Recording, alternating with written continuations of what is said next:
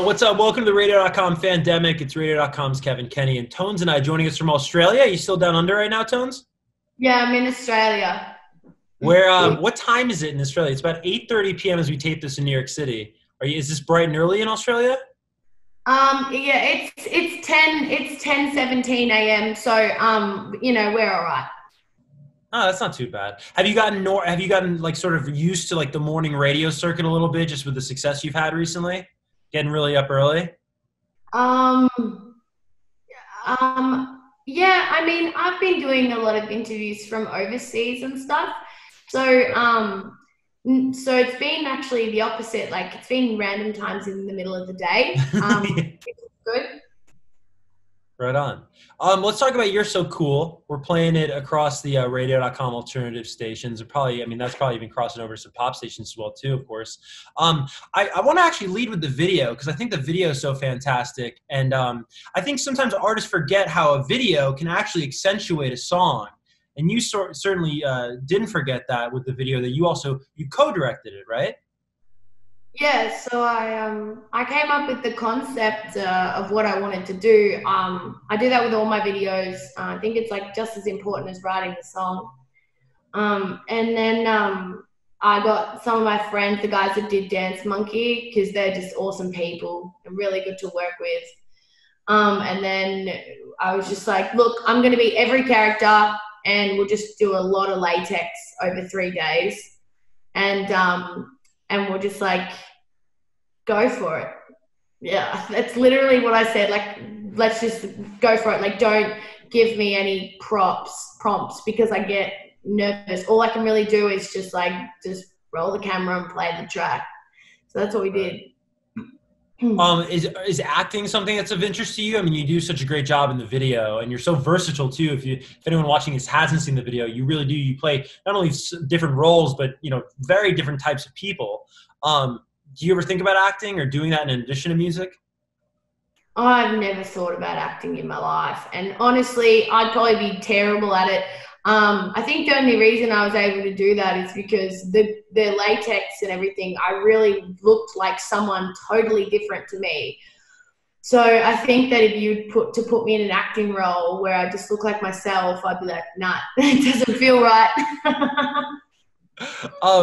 Talk to me a little bit about what the song was born out of. I think it's such a poignant song just for right now too, as we globally go through this pandemic that just, inherently is going to change all of our lives, probably forever. And I've just been talking to some of my artist friends about how, things like you touch on in the song, like flexing on IG just seems so tone deaf now, given the issues we're facing. And, just seeing kind of culture shift to away from that kind of stuff. Did you write the song based off of like a single post you saw or was it a kind of an accumulation of things? Where did the song come from? I actually got invited to like a party on like the top of Beverly Hills. And and I kind of like, obviously a year ago today I was living in my car and I played music on the street. And so to go from like 2 different lifestyles in 1 year, I kind of like went there and was like, oh, this isn't really for me. Like, people aren't really having fun or like getting to know each other or whatever. And no one really spoke to me and my friends.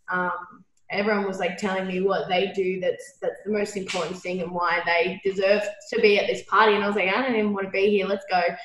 And then the next morning, in the studio, because I was actually there to record. So the next morning I was in the studio and I was like talking about it with my friend, like, oh my God, that was such an awkward night. And then I was like, let's just write a song about it, and didn't think we'd release it. And then pretty much decided to release it. And just by the way, side note, these parties happen everywhere. It's just so happened that it was in Beverly Hills, but we have them here, we have them in Melbourne, and I wanted people to know, like, the grass isn't greener on the other side. Like, go have beers with your friends and play beer pong. Like, you're gonna have way more fun. Totally. How has the navigation process been for you? You talk about a year ago you're living out of a van. Of course, now, off the success of songs like You're So Cool and Dance Monkey before it, you're just living in an incredibly different, you're somewhat the toast of the town, right, in many respects. How do you navigate all these new people you're meeting? How do you navigate trust? How do you navigate your mental health through it all? How's that been? I think like the first 6 months was a real roller coaster. There's the whole like tall poppy syndrome thing where if someone does well, you just want to not like them. Mm-hmm. And for me personally, someone that always wanted to be a street performer, that was my dream. I worked full time in retail waiting to get my permit to be a street performer. Like that's what I wanted. And you know what, I guess I didn't really dream big enough because I didn't expect all of this. But I mean, I feel like going through that moment was like, well, I can't stop this now if I tried. So I just have to take it day by day. Be the exact same person I've always been. And I think that it can really take a hit on you as a human being when people judge you by the way you look or your voice and decide to absolutely hate you. But I got over it pretty quickly. November was tough, and then I was like, get over it. And I had to really get over it. Like, so I've been fine for ages now. But yeah, any artists that are in that position, like they need support. Like new artists now coming through, like in the next year, like they're gonna have all my support. Like it's not okay that if an artist starts doing well, we have people online that publicly just go ham at them. It's not okay. Yeah. And it happens to a lot of artists. I've seen it happen to some newer ones as well again recently, and it's really not okay. But I mean, just a bloody battle. So Yeah. I'm fine now, but I do worry. Like there's even some really young artists coming up in Australia, and I've reached out to them, and it's just not okay. So that was my hardest thing. The best thing ever is being able to play live music to people around the world, because that's all I ever wanted to do. The reason I'm in this industry is to just play live music. So, that's definitely the best thing out of it, and that's what I love doing, and that's the reason I'm here. So hopefully I can get back out and play live music soon. Right. I wanted to ask you about street performing, and that caught my ear when you said that was your goal, to just be a street performer. That was the dream. I find that it's just busking or street performing, whatever you want to call it, is it's a different part of international culture than it is here in the States. I mean, there's constantly crossover artists coming here from the States, whether it's a James Arthur or Passenger, that have those busking roots, or even, an Ed Sheeran who has experience with busking. Why go that route in terms of trying to pursue this career? It's such a visceral route as opposed to trying to go, let's say, viral online. I mean, just talking to you for a couple of minutes here, I can tell you're probably not like the trying to go viral purposely type, but why go that route specifically? Because I think they're two very, very different things. I think my goal was to live off my music. And I did. I lived in my van in a coastal beach town and made enough money for food, beers, and petrol. And I had the best days of my life. My goal was never to be famous. It's kind of like if I was to just upload videos, I'd have kind of more of an agenda, and I understand that either way it's gotten me here. But I genuinely feel like my only thing I really wanted to do was wake up every day and play music for people, but no one knew who I was. No one was going to pay for a ticket. So I had to do that because that's what makes me happy. It doesn't make me happy singing on my computer and checking social media every day to see where my views are at and checking comments. Actually, it's the opposite. I would hate to do that. So I try and keep everything offline so I can just be a happier person. Well, how have you sort of reconciled your fame and your success now? Because I mean, Dance Monkey was one of the biggest songs, I mean, just bar none, of the past year. You're So Cool is quickly becoming one of the biggest songs of 2020. It's certainly probably one of those summer songs when all said and done. Is there a part of you when you see the numbers grow, whether it's 7 billion streams for Dance Monkey or, I think almost 5 million views already for the video for You're So Cool? Is there a part of you that gets a little like scared of like, ooh, slow down just a little bit? Yeah, it's really nerve-wracking. I mean, I'm definitely not someone that.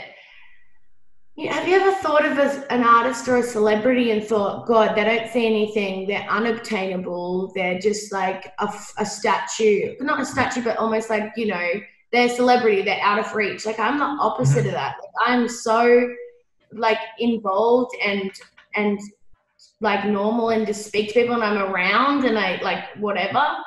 It's just really different for me because it's like adds a sense of vulnerability. And it's really hard when I see those numbers grow. Like, I do think about it and I feel so overwhelmingly thankful and proud and all these emotions, but it can flip either way depending on what people feel like giving out.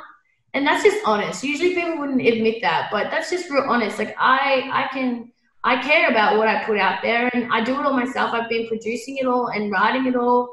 And I feel like, you know, I'm proud of it. And so when I do look at it and it does well, I feel thankful, like so thankful, because it's people showing me that they want to know me as an artist and not just a song. And that's the coolest thing, to have people do that to you when I've worked so hard on the streets and I really wanted to, you know, be myself and be sarcastic how I am. And then for people to take that and go, all right, Tones, we'll bite. Like, it's just, you know, that's the coolest thing.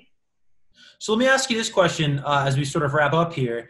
Is your former dream was being a street performer. Of course, now your life has just in the most insane of ways changed completely over the past 12 months. What is the new dream? What is the new goal? I really, and I've always wanted this, obviously going into busking instead of online performances. I just want to be a really true to like recording live performer.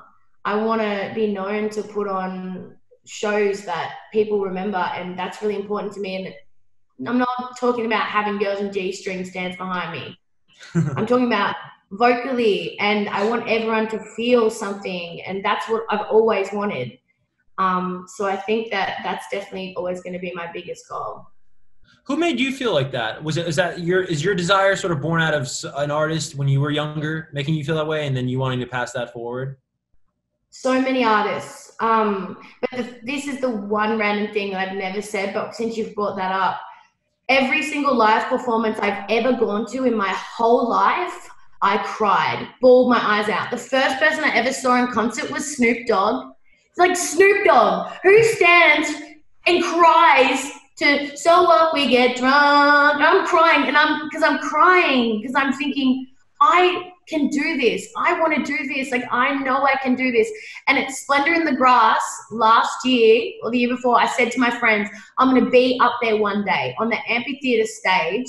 And they were all like, haha, yeah, like, I'm going to be up there one day. Like, they're good friends, but they were just joking. The very next year, I played on that exact same stage to 30,000 people. And only after that, I had that experience where I said, I can do this. I know this is what I'm meant to do.